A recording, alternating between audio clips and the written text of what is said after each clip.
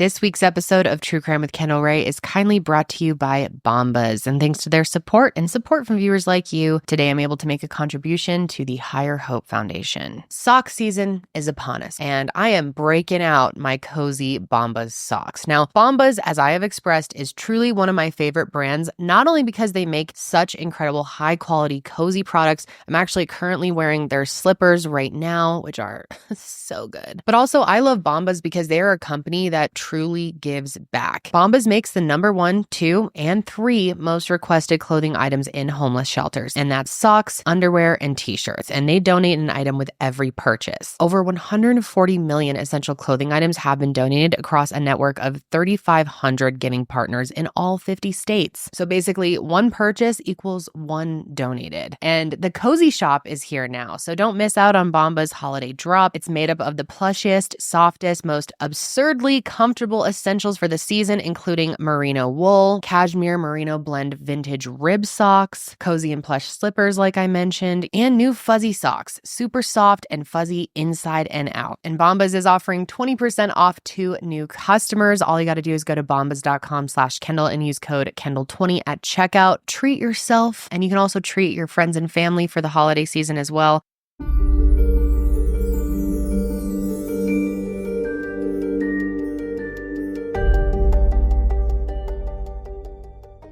Hello, everyone, and welcome back to True Crime with Kendall Rae. Thank you so much for joining me today. And if you are new, then welcome. So happy to have you. And be sure to click subscribe so that you never miss an upload from me. So guys, today's case is actually one that I had seen on Unsolved Mysteries, which I'm sure a lot of you are familiar with Unsolved Mysteries. It's a very popular show on Netflix, and I always really enjoy it. I think they do a great job of delivering ethical, helpful coverage. However, they are limited in their time, and I always like to do my own research on the cases that they cover because they often leave out quite a bit. So I've done quite a few episodes on my other podcast, Mile Higher, covering Unsolved Mysteries cases and then just going in, way deeper and bringing up a ton of points they miss or information that's missed. And again, no hate to them because I really think they do a great job. They, most of the time, I think all of the time, include families in their coverage, which I think is excellent. But yes, today we're going to be talking about a case that is just so shocking because it's hard to explain, but I think this case, I just don't understand how it wasn't solved. And when I say that, I mean, I think it should have been solved by now. It's so confusing. It makes no sense how someone was able to get away with this. But I still have hope that there will one day be justice for these two victims. And I really think they are on the edge of potentially getting this case solved. They just need, more people to know about it, more push, hopefully someone to come forward with that tip that just, sends them over the edge towards justice. We're going to be talking about the unsolved murders of Carnell Sledge and Kate Brown. As of right now, their families are really calling for more coverage. They really need more people to know about this case. And up until recently, when it was covered on Unsolved Mysteries, it was not a very well-known case. The reality is Carnell and Kate's families have now gone over 5.5 years without answers, and that desperately needs to change. And let me tell you, these two were wonderful people, and that's another reason why this doesn't make any sense. There's really, as far as I understand, no one in their lives that would stand out, like no reason that they should have been targeted. And without getting too ahead of myself, I personally believe there was a good chance that this was a hate crime, just that random act of violence fueled by hate, but I don't for sure know that. That's just kind of what my gut's telling me, but I'm curious to see what you guys all think. I want to go ahead and jump in. So let me start out by telling you more about Kate. Kate's full name is Catherine Colby Brown. She was born on October 12th, 1985 in Olmsted, Ohio, which is just west of Cleveland, to her loving parents, Kim and Tom. She had one big sister, Lauren, and one little sister, Alex, and she definitely took that role of middle sister very seriously. With her older sister, Kate was always following her around, doing the normal younger sister thing, getting involved in similar interests. And with her younger sister, she really played the role of protective big sister, always looking out for her no matter what. Now, Kate is described as someone who was incredibly lighthearted, very carefree, and also described as a little weird, but weird in a good way. You know what I mean. She was goofy and she had this infectious smile, and many of her loved ones say that she just had a heart of gold. And I also learned that Kate was really one of those people who could become friends with anyone, like strike up a conversation with a stranger. She was very open-minded to people. She could have been someone that you just met in a casual way, and soon you would feel like you were her friend. And I think that's because she was someone who always saw the best in people, and also she was just very loyal to the people that she loved. Now, Kate also loved yoga, exercising, listening to music. She loved the Cleveland Browns. She loved volleyball, but above all else, her greatest love was really her family, especially her niece and her nephews. To them, she was really the fun aunt. She was always there for them, very involved in their lives, and they called her Aunt TT, which I loved because my daughter also calls my sister TT as well, and I know that's a very common name for aunt for many people. They say that she always gave them, the best birthday gifts, Christmas gifts, all of that was just very active in their lives. Now, for the last 7 years before she was murdered, she was working for a company that sourced jewelry to sell on eBay, and she was living in Fairview Park, which is just west of Cleveland. And around the time of her murder, she was in the best physical and mental place of her life. For several years there, Kate had really struggled with anxiety and depression, which is something I know so many of you out there can relate to. And she was really coping by using alcohol, which is also very common. That being said, though, she had finally reached this place in her life where she knew she needed to get better. And in 2017, she completely changed her life around, completely cut out alcohol. And by 2019, she really became the healthiest possible version of herself. She had lost 100 pounds, like I said, got sober, and was just in a really great place in life. She made exercising a priority, was eating healthier, and feeling better and more confident than ever. But she's not the only person today that I'm going to be talking about that was absolutely crushing it in life. Carnell, the other victim of the park bench murders, as they are known, is also someone who was just doing amazing things with his life at a young age. And he's just so impressive and inspiring to me. He was absolutely crushing it in all aspects of his life. His full name was Carnell Edward Sledge. He was born on April 3rd, 1979 to his parents Darlene and Carl, and was raised in Bedford, Ohio, which is just southeast of Cleveland, and he had one younger brother named Terrence. And just like Kate, Carnell, who also went by Nell most of the time, was an incredible sibling to his brother. He was always a good role model for him and got him involved in sports so that they would always have things to do together. And being in this, role model leadership sort of position was a big part of his life, even outside of his younger brother. From a very young age, he really always took an interest in helping others and loved to involve younger children in the community in activities such as just playing catch or playing basketball, really any sort of outdoor activity. Leadership seemed to just really come natural to him, and it was a big part of who he was. That side of him really shaped a lot of his adult life. For his career, Nell worked as an audiovisual technician for a company called Crescent Digital, but he also dedicated a lot of his time to volunteering. From 2013 to 2018, he worked with special education students in the Westlake School District and also volunteered at Applewood Centers, which is a nonprofit that provides mental health services to children and young adults. Nell also volunteered with Empower Sports, which is another nonprofit that seeks to enrich the lives of young athletes through sports while promoting kindness, character, and relationships. And I think of all the things he should be remembered for, one of the biggest should be his dedication to volunteering and helping children. A lot of the kids that he worked with called him Coach Sledge, and to this day, they still talk about him. They speak so highly of him. I mean, he was truly beloved by those children, and he really just made such a big impact on their lives. And I think that's just because he had a really special and unique ability to really connect with younger kids and to really make them feel special and heard and important. And he was so patient and kind. And for him to have made such a lasting impact on their lives, I think just tells you everything you need to know about him. And I think another reason why he was really able to connect with them so much is because he was kind of like a big kid himself. He loved to be goofy and to have fun and just play. And, that's rare in adults these days. His mom, Darlene, said that he was also just not the type of person to get rattled.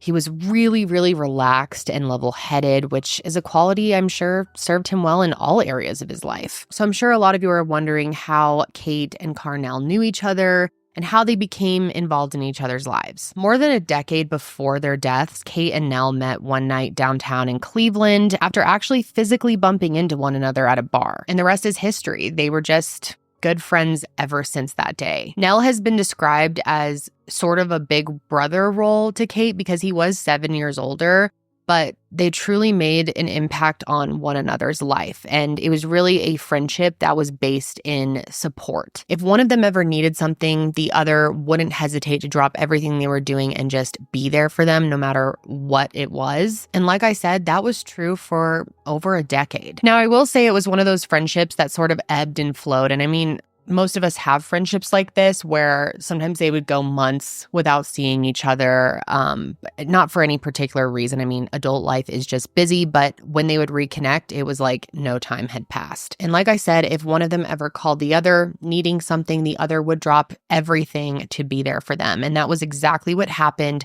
on June 4th, 2019. But that day ended in a way that no one could have imagined. That evening, around 5:19 p.m., a couple named Tony and Caitlin Vaca had driven into the Rocky River Reservation, which is a part of the Cleveland Metro Parks, with the intention of going kayaking. Now, the Metro Parks is this very vast system of nature preserves, including 18 reservations, which surround the city of Cleveland. It's unofficially referred to as the Emerald Necklace, and it's essentially this network of parks that spans hundreds of miles, where people can often be found walking, jogging, biking, and just enjoying nature. I've never been there myself, but from the pictures and videos I've seen, it looks absolutely stunning. And on June 4th, 2019, Tony and Caitlin went there with the intention of kayaking. But when they pulled their car into a small parking lot just off of Lorraine Avenue Bridge and Valley Parkway, they stumbled upon what appeared to be a man's body. So Tony was the first to approach him, and when he first saw him, he thought maybe this was someone who had fallen and just gotten injured, maybe needed help getting up, needed some assistance. But when he got closer, he realized that the situation was much, much worse than he thought. Not only could he see that this man had been shot and was no longer moving, but then just a few feet in front of him, there was a body of a woman lying face down, partially in the water and partially on land. And it looked to him immediately that both victims had been shot very recently and that neither of them were alive. So obviously, Tony is panicked. He yells over to Caitlin, tells her to call 911, and that's exactly what she did. And here's the audio from that call. Cleveland Metro Parks Police, this is Carla. Hi, I'm on Valley Parkway, and there's two bodies here. And it looks like there's two bodies that were shot.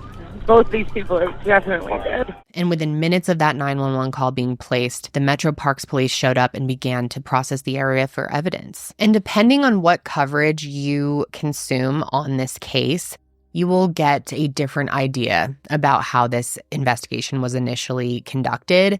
And when I first watched the Unsolved Mystery episode, I mean, there was definitely some criticism aimed at law enforcement in that, but it was sort of on the lighter side. And when I dug a little bit deeper, I realized it wasn't, I don't know, it's tough. In my opinion, the police work on this case and the support of the family hasn't been exactly stellar. It hasn't been horrible. But at first, I really thought they were giving it their all, and that really doesn't seem to be the case the more I dug in. Again, definitely not the worst I've seen, but definitely not something you could consider stellar, in my opinion. So let me just explain how all of that went down, and then I think you guys will understand better what I'm trying to say. So when responding officers arrived at the scene, they observed the same thing that Tony and Caitlin saw, which was an adult black male lying face down on the grass beside a park bench, along with an adult white female about 6 feet in front of him, but she was lying face down, partially in the water. And at first, they weren't exactly sure what happened, of course.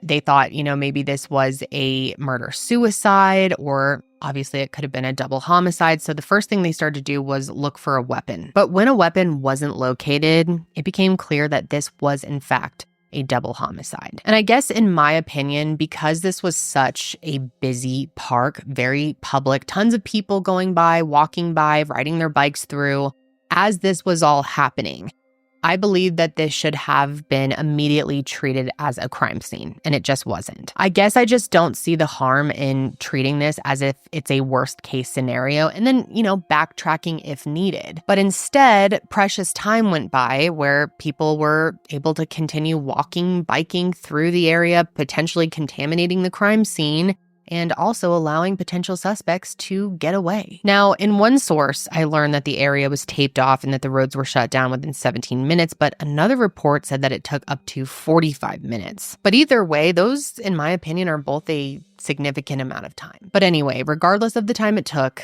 here's what they learned right off the bat. When Metro Parks detectives began to process the scene, they found a total of 3 shell casings. And this was a match to the number of bullet wounds that they found on the victims. And this was later confirmed by an autopsy, but Nell had been shot 2 times in the back of the head, and Kate had been shot once in the same place. So very brutal, obviously execution style, and just shocking. But these shell casings provided more information than just the number of shots fired. For starters, it was determined that these casings were from a small weapon and that the gun was fired in close range.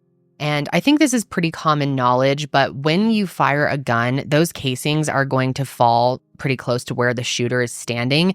And they were found in close proximity to the bodies, which tells us that the shooter was pretty close to the victims when they fired the weapon. But here's the thing. Firearm murders can be a lot more difficult to solve because oftentimes there's no trace evidence left behind. And because they couldn't trace these casings back to a specific person's firearm, it made things a whole lot more difficult. They also found blood on the back of the park bench, and it was Nell's blood, which told them that he had likely been shot from behind while he was still sitting down. And while this isn't necessarily 100% confirmed, the placement of their bodies really says a lot when it comes to what people think could have happened. Considering Nell was still near the park bench when he was found, it's believed that he was shot first in the back of his head. And then when Kate got off the bench to try and run away, her killer managed to shoot her a single time, also in the back of the head. And because she was found a few feet in front of Nell and partially in the water, it's believed that she must have tried to run forward to get away. And if you're watching this episode, you can see that the water is literally right there, like right in front of the bench. It's then believed that Nell was shot a second time in the back of the head. And maybe that's just because the first shot didn't kill him, although we're not 100% certain. I will say, of course, it is possible that Nell was shot twice before Kate was even shot, but considering she didn't get that far away from the first shot being fired, although it happens fast, many people believe that Nell was shot first, then Kate tried to run, she was shot, and then the killer went back and shot Nell a second time. However, no one knows exactly how it happened. But really, the order doesn't matter too much. What really matters is that 2 innocent people, 2 genuinely good souls, were murdered in broad daylight, and their killer needs to be brought to justice. But after detectives looked at the crime scene itself and the condition of the bodies, they turned to the parking lot to see if maybe they could find any potential suspects, learn any more information, or more information about the victims. And it turns out that both Kate and Nell's cars were parked in the lot. And for those of you who aren't watching this episode, I do want to specify that this wasn't some big parking lot. It's more of like a small turnoff on the road with just a space for a couple of cars. But anyway, detectives ran their license plates, of course, and that's how they made the identification on who the victims actually were. But here's what was immediately strange.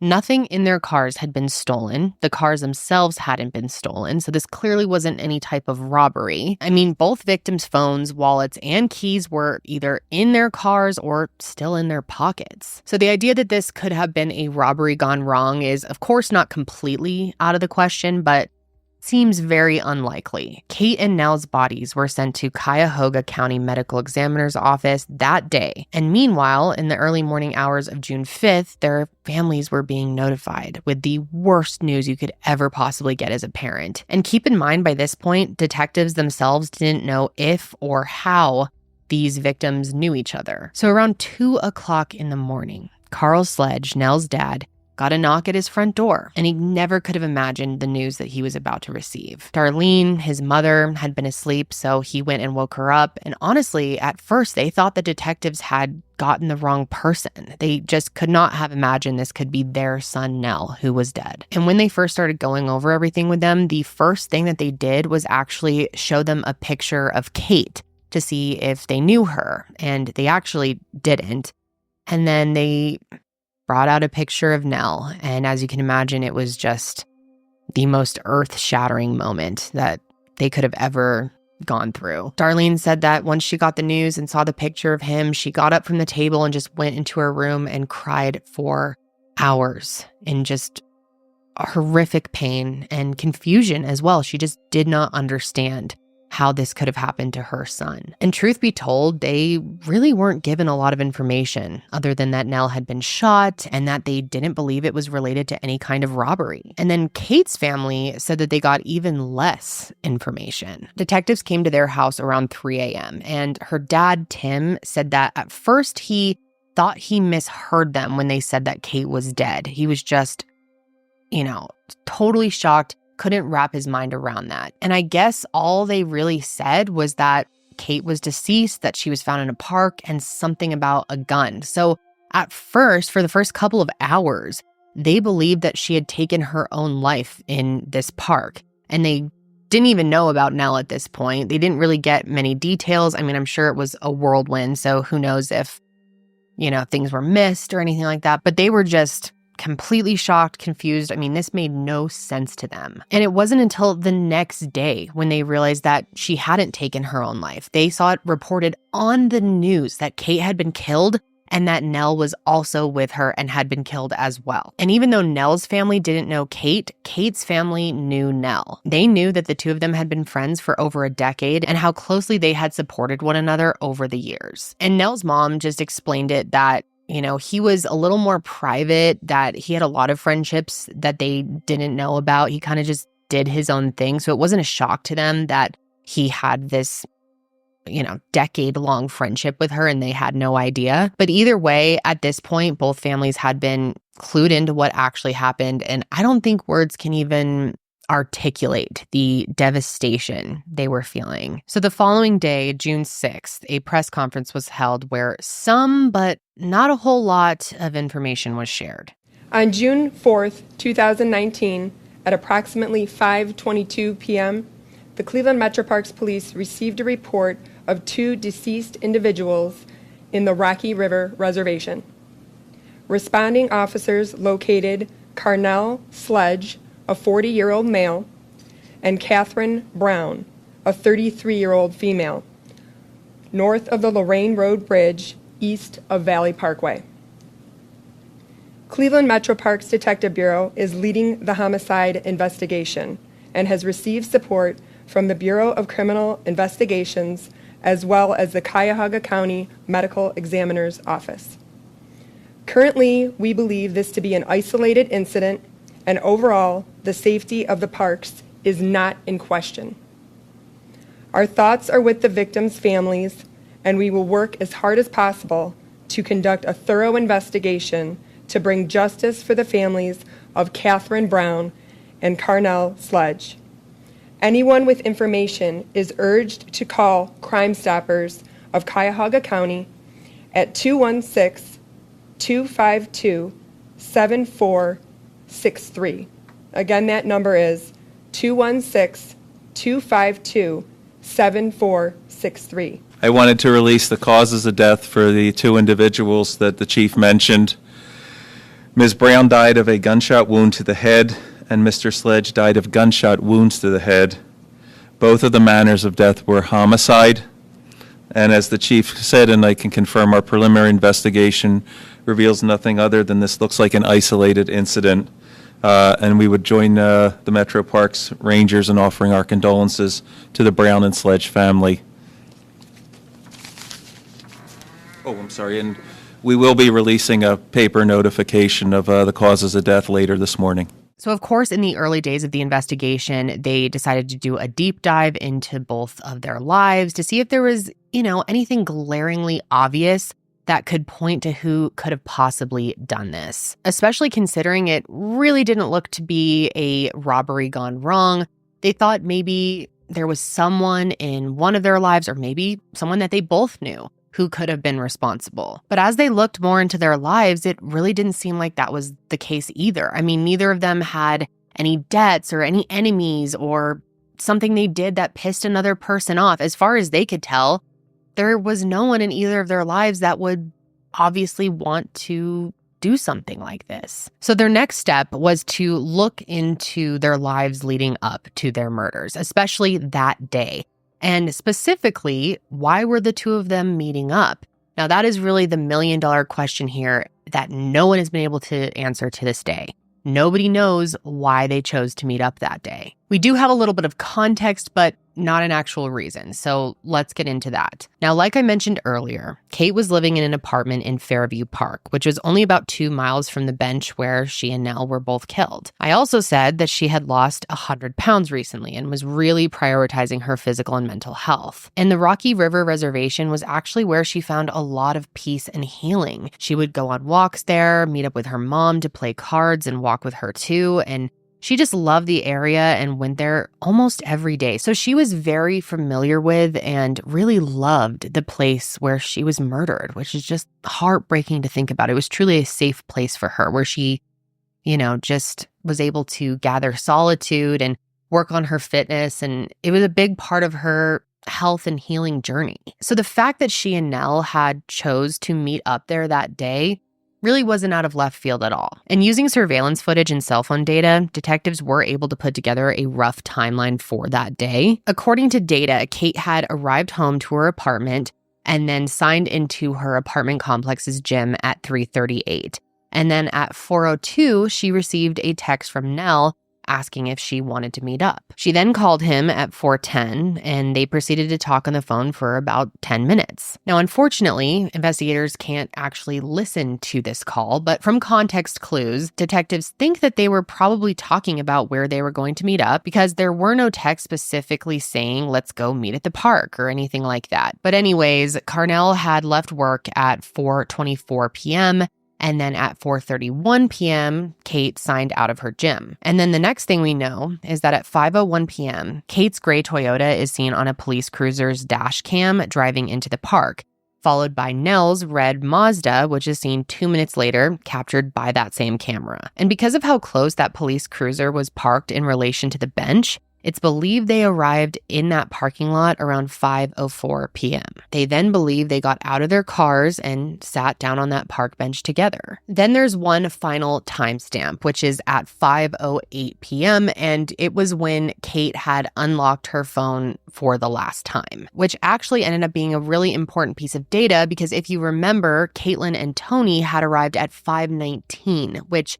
essentially leaves an 11-minute window from when they arrived at the park to when they were killed. So a very short amount of time. And to bring this full circle, remember how earlier I was sort of calling into question how quickly detectives had shut down the streets and began processing the crime scene?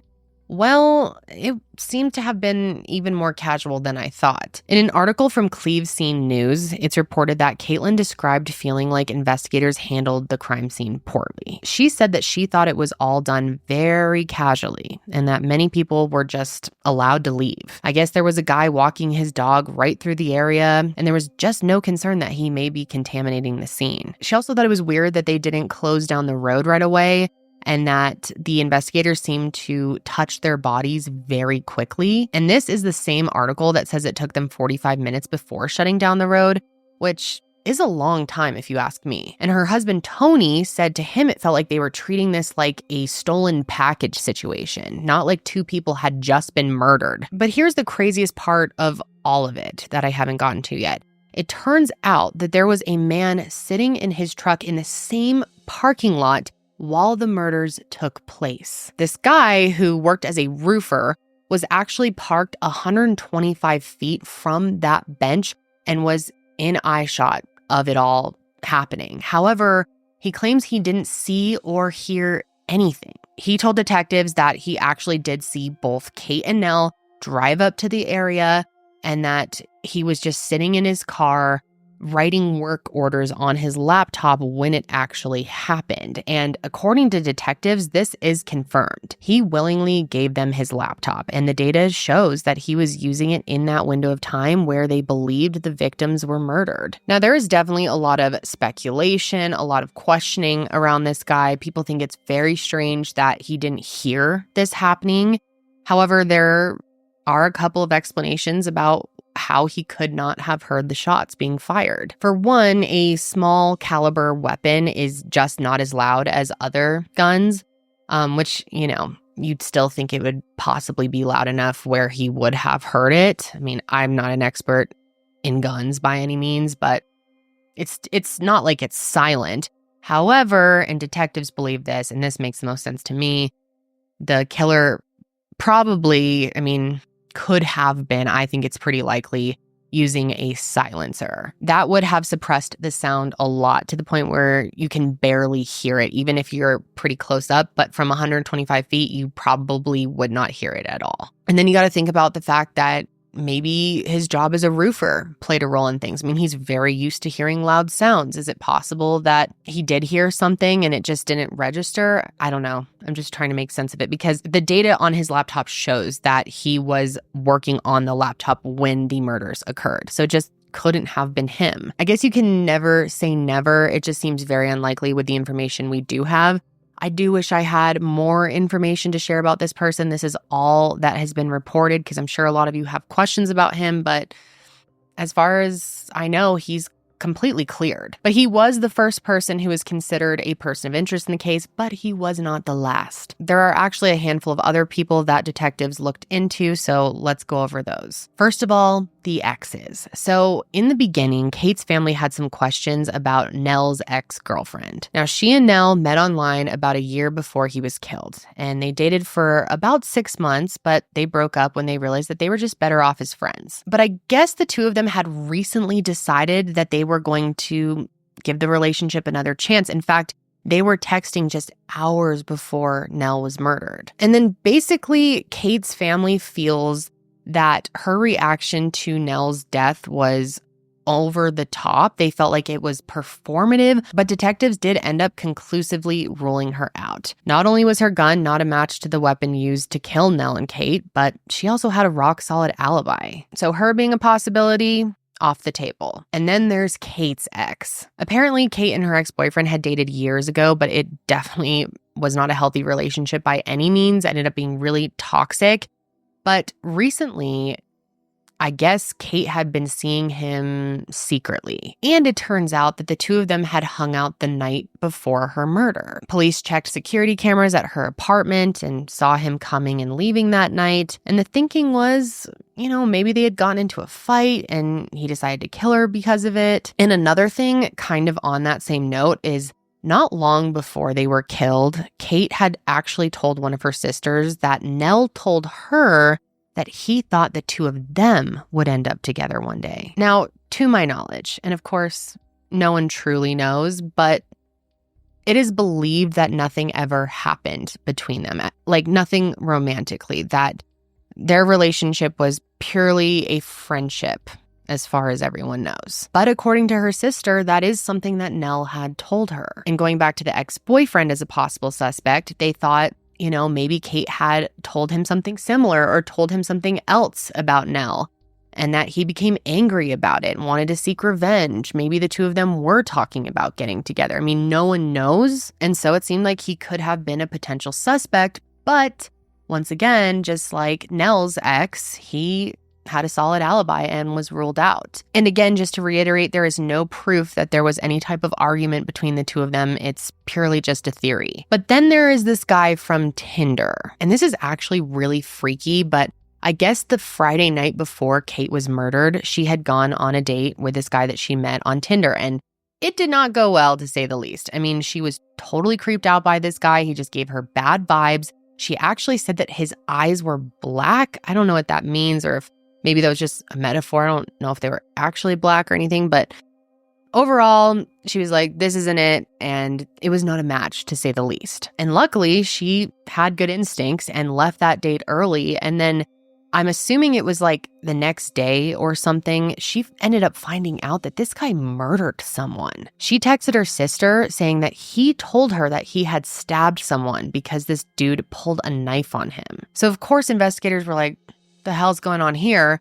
Maybe this is our guy, but they looked into him further and he had an alibi that was totally verifiable. So again, he was ruled out as well. They were able to confirm that he was in Southern Ohio, not even remotely close to where she was killed. And as you can only imagine, not knowing who did this was just eating away at these families. And then the other thing that was just really eating away at them is wondering why the two of them had met up. I mean, obviously they're friends. They have been for a decade, and they could have just chosen to meet up to catch up, but their families were wondering if there was more to the reason why they decided to meet up that day. And to this day, nobody knows why. And just as a reminder, their text messages only talked about when they were meeting up and like the logistics of it. They didn't talk about why at all. They had that phone call, and unfortunately, there's no data from the phone call, so we don't know what they talked about. It's assumed that they were probably speaking about why they were meeting up on the call, but nobody knows why, and that's just really the biggest question here. Nell's parents say they don't know what was so important that he would have asked to see her that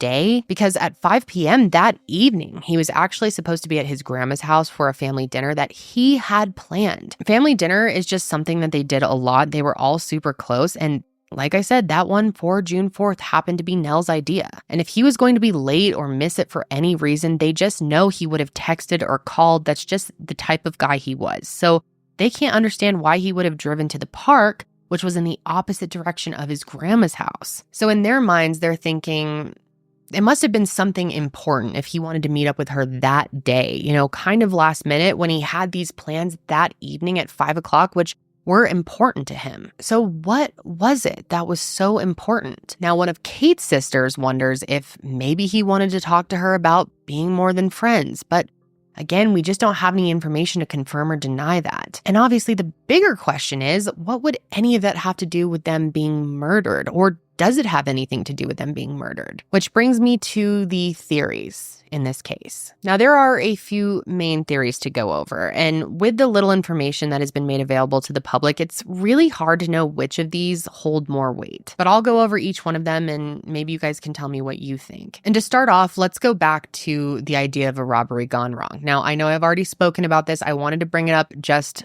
once more to keep it in your minds. It's possible that this was a robbery gone wrong.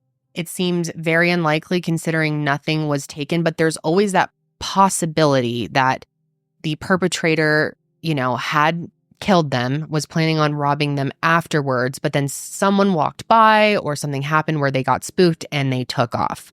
Again, to me, it is very, very unlikely, and I'm sure most of you would agree. And I know investigators definitely agree. But something that is more likely, and in my opinion, this is what I believe happened, and I think most people feel this way, that this was a random attack and that it quite possibly could have been a hate crime. As we all know, we unfortunately share this planet with a lot of very hateful, evil, and racist people.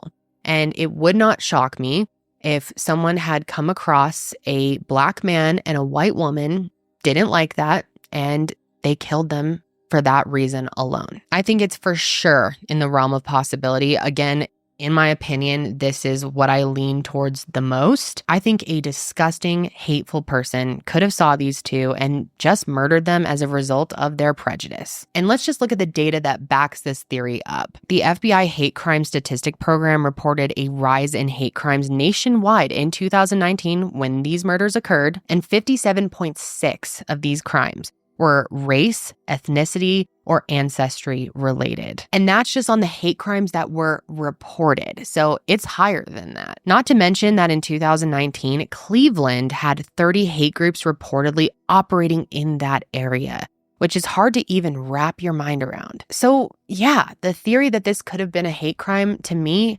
totally checks out. And it's something that is not lost on either of their families. People have also speculated on whether or not this could have been gang related. However, investigators don't feel that this is as likely of a theory. Typically, gangs are going to go after other gang members, and neither Kate or Nell were in a gang. So that theory, falls a little flat. Definitely not out of the realm of possibility, but again, very unlikely. One thing that I will say, though, is that in summer of 2019, after Nell and Kate were murdered, there were 2 other violent encounters that were reported in the Rocky River Reservation. In late July, a woman reported that she was robbed at gunpoint by 2 men, one of which was wearing a ski mask. Then just one day later, a park employee and his mom were driving when they were flagged down by a driver on the side of the road in the park. He said that when they pulled over, though, he thought he saw someone in the passenger seat of the vehicle holding a gun.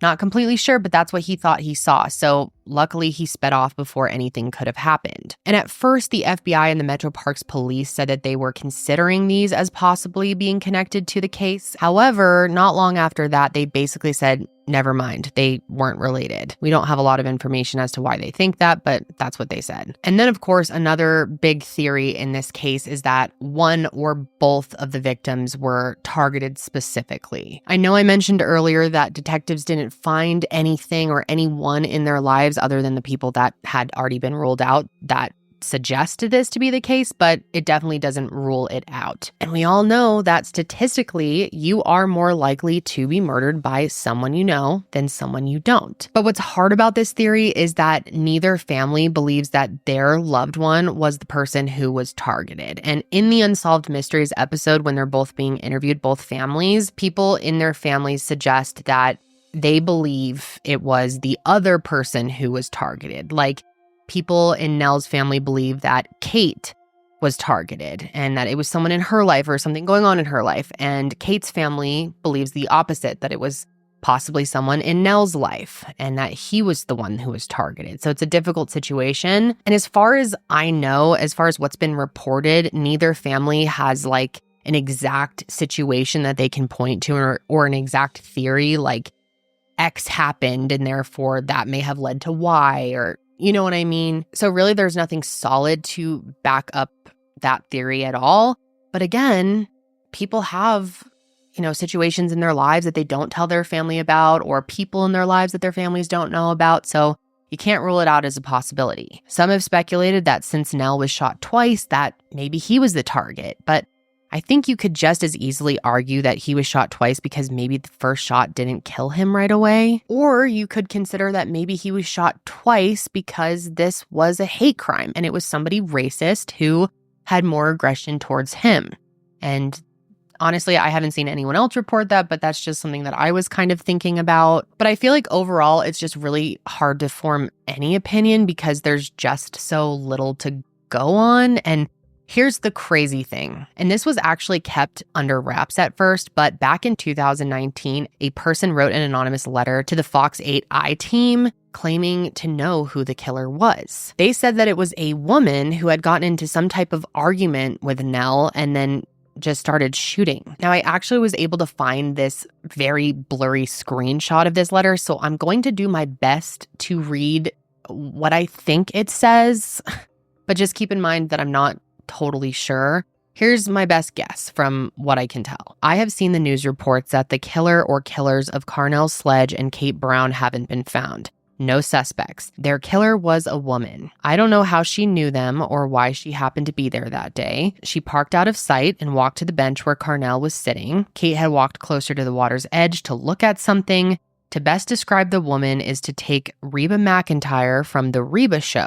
She best fits the description of the woman. And then it cuts off and picks back up at, away from the bench, not my business, by were the two talking marriage? Don't believe this was the motive. I hit a snag. I thought I had a name, but who said the name wasn't Carnell or Kate? It was a white man sitting on the bench with sandy brown hair and glasses like Drew Carey. He was looking behind the bench at a woman and he said, "For God's sake, Amy, put the gun down." Now, obviously, this letter is a little incoherent to say the least, but it's still important nonetheless. Fox 8 says that they immediately turned it over to the FBI when they got it, but it wasn't until 2021 that the FBI came out asking for the writer to come forward and provide information. So I'm not sure why it took them so long to ask for that. But here's what's frustrating. It turns out this person did come forward and they were not an actual witness. It was someone who said they had a vision. A that's so Raven moment, you could say. So obviously that was a dead end, which is really frustrating. But I also wanted to bring up something that Kate's family has said, which I completely agree with. And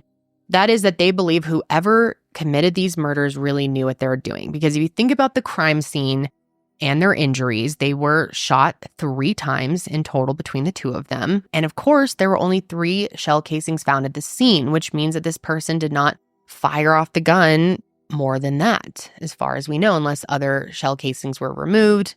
Unlikely though, right? So it seems like this person had experience with guns. And even though it seems that they were shot in close range, it's believed that Kate did try to get up and run away after she saw Nell get shot. And of course, this is not confirmed, but it seems like that was probably the case. And then she was shot from the water in the back of the head. And obviously that's not a very big target, plus she was moving. So it really does seem like someone who had experience, right? And of course, this is America. A lot of people do have experiences with guns. So I don't know what there is to do with this information, but I think it's something to consider. But speaking of the crime scene, I want to go back to that for a minute because that also just plays a huge role in all of this. I started to mention earlier just how big the Rocky River Reservation is, but I think it's super important that we talk about the location of where this took place. The day that Kate and Nell were murdered, it was a beautiful 75-degree day. It was early June, which is the peak of people starting to get back outside for the summer. So to say that this park was busy would truly be an understatement. I mean, people were out there walking, running, walking their dogs, riding their bikes, kayaking, picnicking. I mean, you name it. People were there. And so their families just have a hard time believing that nobody saw anything. They really feel like someone had to have seen something.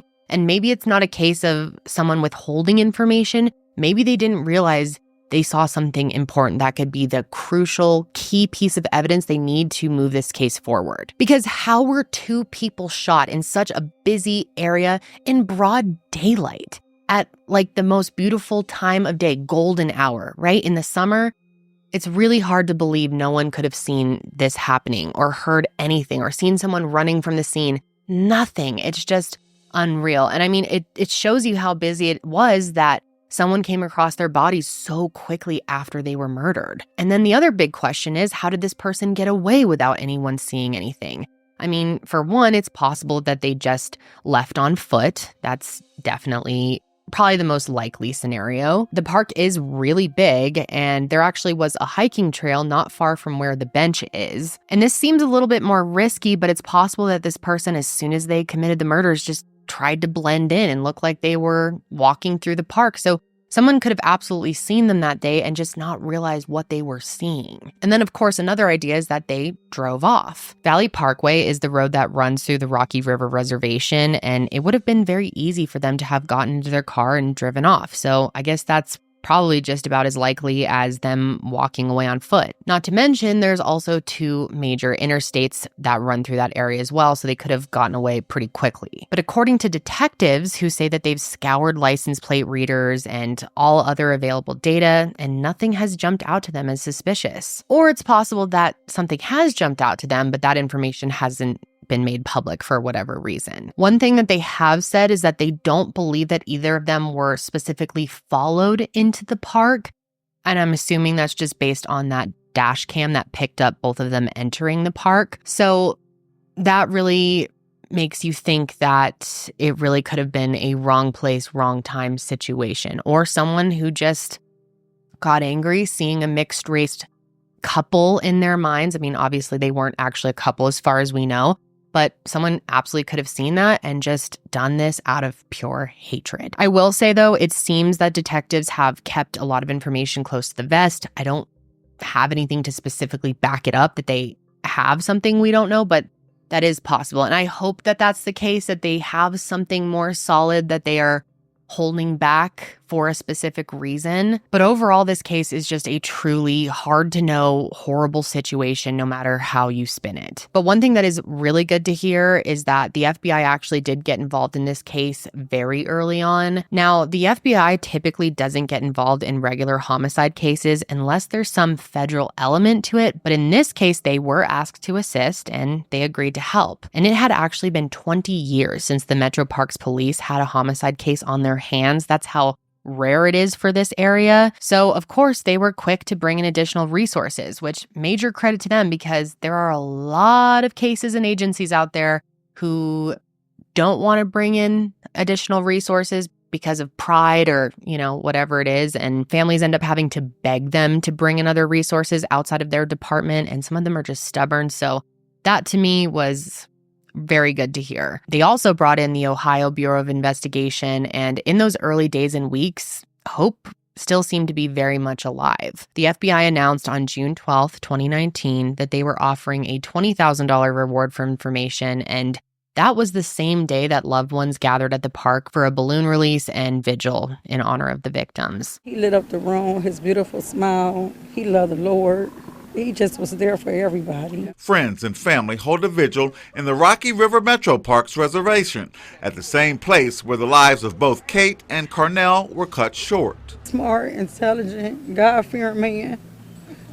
Always loved his parents, his brother. He had a good heart, and for this to happen, it was a tragedy. It's senseless, for two lives to be taken like this. Later that month, on June 24th, another press conference was held where they asked for the public's assistance in helping solve this case.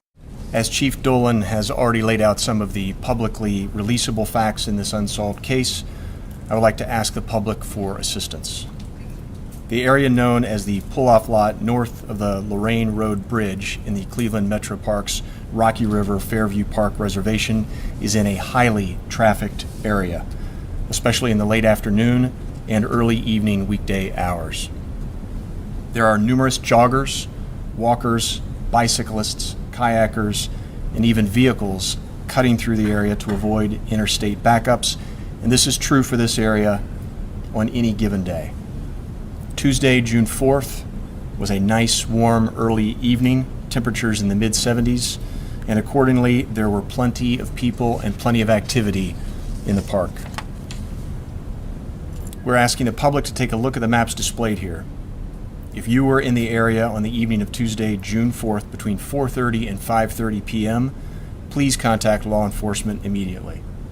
You may have seen something that will give us the key to solve this investigation. But after this, weeks went by and it didn't seem like they were any closer to catching the person who was responsible for these murders. Now, Kate's sister, Lauren, actually went through Kate's journal, which she said was incredibly difficult. I'm sure that was so hard. But she did that so that she could try and find anything that could explain what happened. But she wasn't able to find anything. And I say this so often, but it's so true. For these families out there who have no answers, who have no type of closure or understanding as to what happened to their loved one, it's truly torture. I truly can't imagine what it would be like living every day without any of these answers, having no idea what could have possibly happened, no potential lead, just having to sit there and wonder and try to come up with all these theories on your own and piece together what you do have and still be left with nothing. It's just horrendous. There are no words. Kate's family has specifically shared that everywhere they go, looking around at all the people, even at like the grocery store, they're wondering, could that be the person who could have killed her? And I just imagine what that would be like. Imagine what that would be like. It's horrible. And sure, detectives were keeping them in the loop at first, but despite all of their efforts, there still aren't any answers. And how do you even begin to swallow that pill? So they've continued to turn to the public for help in hopes that someone somewhere maybe knew something. I miss her so much. Kim Brown, back at the place where her daughter was killed 3 months ago today. I wish we'd have answers. I just can't understand. I just can't understand how this could have happened. We have no idea who did it. We have just no idea. And that's upsetting. That's horribly upsetting because Kate and Carnell aren't here now as a result of this abrupt, violent act. I mean, And why? Kim says she believes Metro Parks police and the FBI are doing all they can as they actively investigate. It does pose new difficulties so with each passing day. FBI Special Agent Vicki Anderson says detectives want to hear from anyone who was in the park that day or who has heard anything that may help. She says it's still unclear if the killer knew the victims. The people that were in their circles, who were they talking to? Who did they last speak with? Their family, their friends, people online. We've run all those things. We continue to work those angles, but the stranger possibility still exists. The Metro Park says police have upped patrols in the area. Kate's family putting up signs pleading for tips as they await answers. This couldn't have happened totally in isolation. Somebody knows something. And I'm hoping somebody will step forward. By October of that year, the reward had climbed to $30,000, but the most significant leap occurred in February of 2020. And that month, Kate's family contributed an additional $70,000, bringing the reward to $100,000. And of course, the hope was that this much money would just make someone come forward. It's been 8 months since the murders of Kate Brown and Carnell Sledge in the Rocky River Reservation of the Cleveland Metro Parks. The memorial at that location remains fresh as family members continue to plead for help. Our families' lives were changed forever the moment we were told our beloved Kate was brutally murdered. Kate's sister, Alex Zubon, spoke alongside her father, Tom Brown, today as they announced an increase to the reward for information that helps solve this Metro Parks murder mystery. As a family, we have raised an additional $70,000. This raises the total reward to $100,000 for information. Metro Parks Rangers and the FBI acknowledge they don't have much to go on, but they remain relentless, promising to work the case as if it happened yesterday. Law enforcement will not rest until Kate and Carnell's killer is brought to justice. Meanwhile, Alex and Tom continue to praise the sister and daughter they miss so much. Kate was my best friend. We talked every day. I still call her and leave her voicemails. She was at the top of her game. She was enjoying life. She loved going down to the park. She would go down with her mom and play cards, sit on a blanket, and I can't believe we're standing here.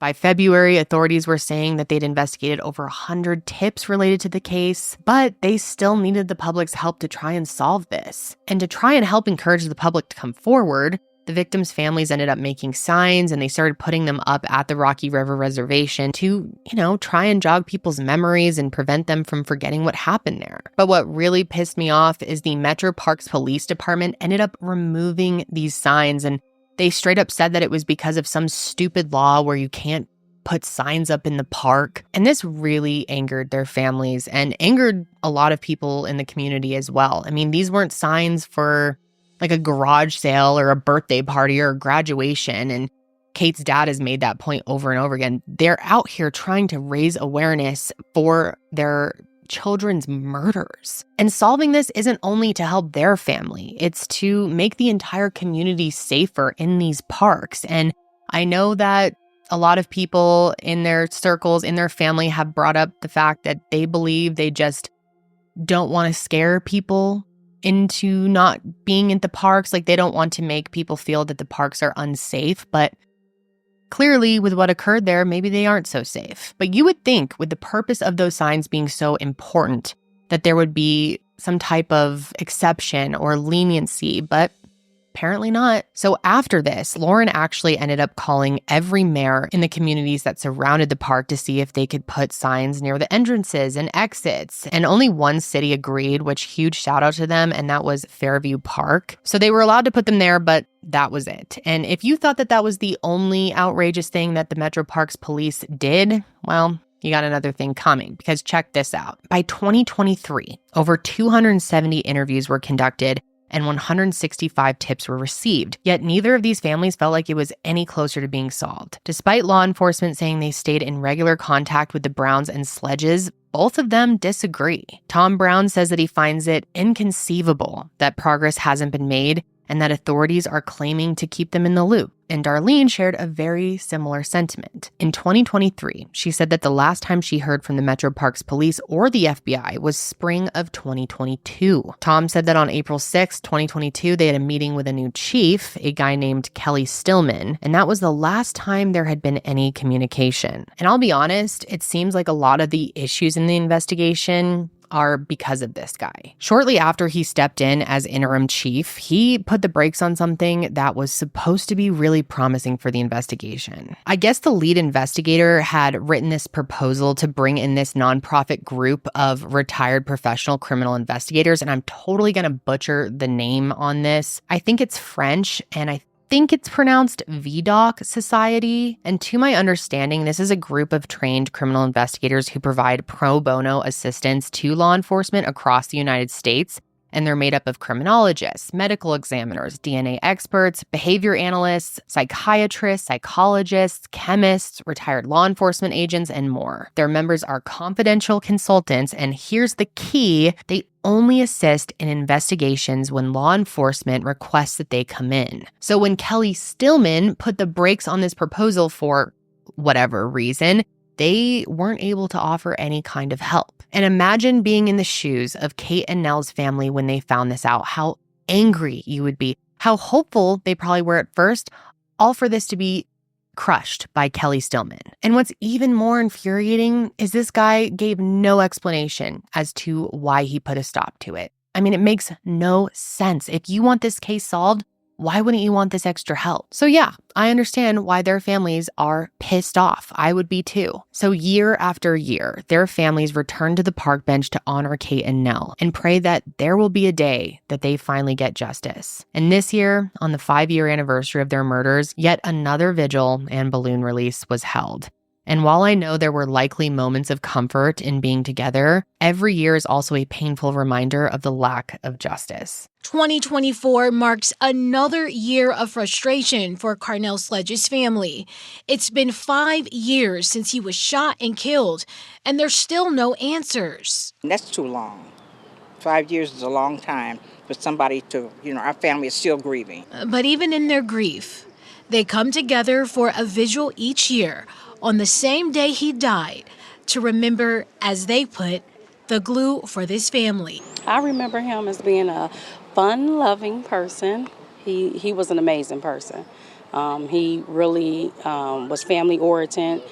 He actually kept us all together. His loved ones say he would do anything for anyone, which is why they're not surprised he helped his friend Kate Brown when she called and asked him to meet her at the park.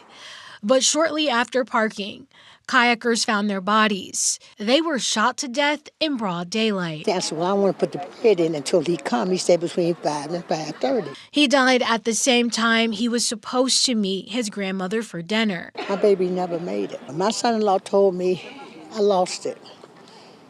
I haven't been right since. It's like a hole here.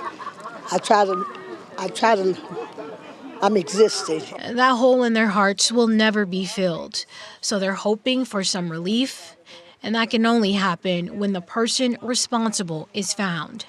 They're asking anyone with information to come forward. Just trying to get some clues, some answers, some closure, and just kind of give our families some peace.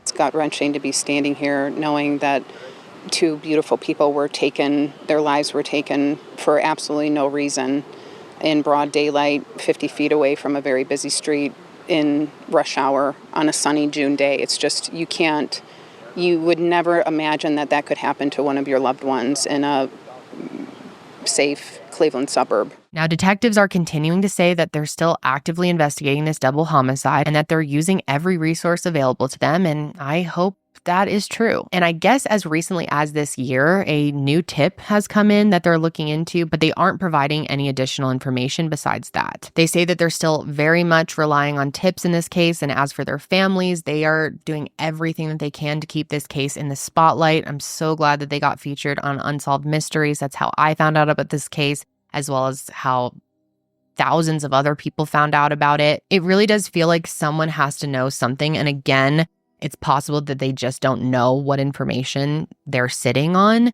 And so, with the additional coverage, I'm really hoping that someone will realize what they have, or maybe with how much incentive there is, how much reward there is, if someone were to come forward, that maybe that'll, push them to do so. I mean, $100,000 is no small reward, and that is still active, and that person can remain anonymous. Tips can be submitted in Crime Stoppers of Cuyahoga County at 216-252-7463 or at www.25crime.com. These families are not going to give up until justice is served, and I hope that day comes very soon.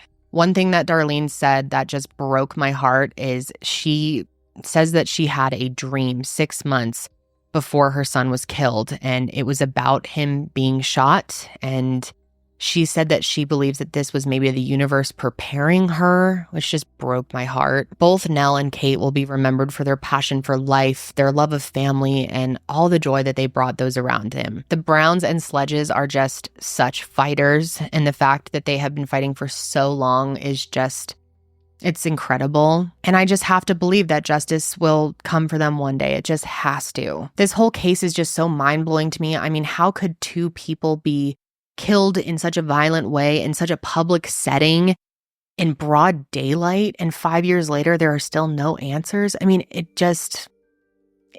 you can't make sense of it. I just really, really hope that one day someone comes forward and they're able to solve this case. I hope that law enforcement has something that they're working through that will bring this killer to justice, or maybe even more than one killer. I mean, we don't know that for sure, but I think it's pretty likely it was just one person, considering they were able to get away so quickly. But again, I really, really hope that these families get that justice and that closure to some degree one day. They just absolutely deserve it. And of course, their community needs that closure as well. No matter how many times law enforcement say that the public isn't at risk, I mean, people are always going to feel some type of way when they go to these parks and they know what happened there. And until someone is held accountable, that fear is always going to be there for people. And I just hope that day is coming soon. So I definitely want to hear your thoughts on this case. So please let me know in the comments below.